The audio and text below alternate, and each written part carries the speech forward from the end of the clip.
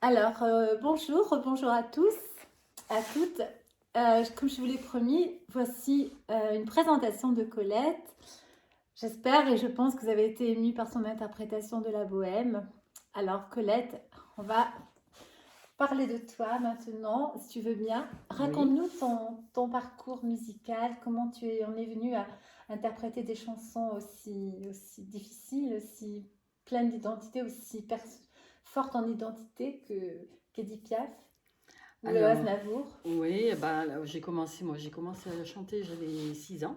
Oui. Alors, je chantais comme tout le monde dans la chambre et tout ça. Et puis, est venu, en grandissant, eh bien, j'avais une tante qui tenait un café et elle passait au jukebox, il y avait Mireille Mathieu. Donc, j'ai commencé avec Mireille Mathieu, Acropolis, La Paloma. Et puis, c'est Mm. là qu'autour de moi, on a commencé à être un peu surpris par ma voix. Et en grandissant encore plus, j'ai connu Edith Piaf à travers des disques et je m'amusais à chanter au-dessus de la voix d'Edith Piaf. Je n'avais jamais vu Edith Piaf à la télé, rien.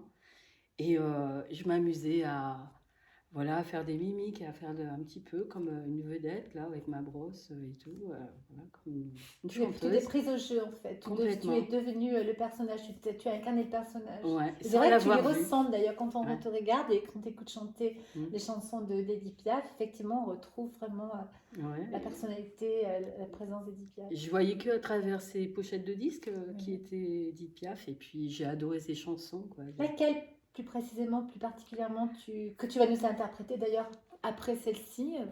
Alors j'ai eu chanté surtout j'ai connu toutes les vieilles chansons d'Edith Piaf, pas les plus connues au départ. Et c'est par elle que j'étais de l'autre côté de la rue, des choses comme ça, que j'étais plus attirée. Et puis bah, au fur et à mesure, bien sûr, bah, non, je ne regrette rien, l'hymne à l'amour, mon Dieu, et tout ça. Qui, ben voilà, je sentais que j'étais dans un répertoire, parce qu'au départ, elle avait pas un répertoire trop difficile, je dirais pour moi en tout cas. Mhm. Et puis petit à petit, avec l'hymne à l'amour, par exemple, j'ai retrouvé quand même plus de difficultés pour interpréter, pour arriver à la tessiture, quoi, parce que ben, ça monte pas mal, quoi. Oui. Et donc, du coup, bah, j'ai toujours travaillé à travers ces disques et puis quand même en 1985, ouais, j'ai fait la connaissance de mon accordéoniste. Ouais, c'est peut-être plus tard même. J'ai rencontré un accordéoniste et là, eh bien, quand il m'a entendu, bah, il m'a demandé de pouvoir m'accompagner, qu'il écrivait lui-même des chansons, il composait et tout. Donc j'ai interprété ses propres textes aussi à lui. Et puis, bah, il m'a accompagnée vraiment au feeling.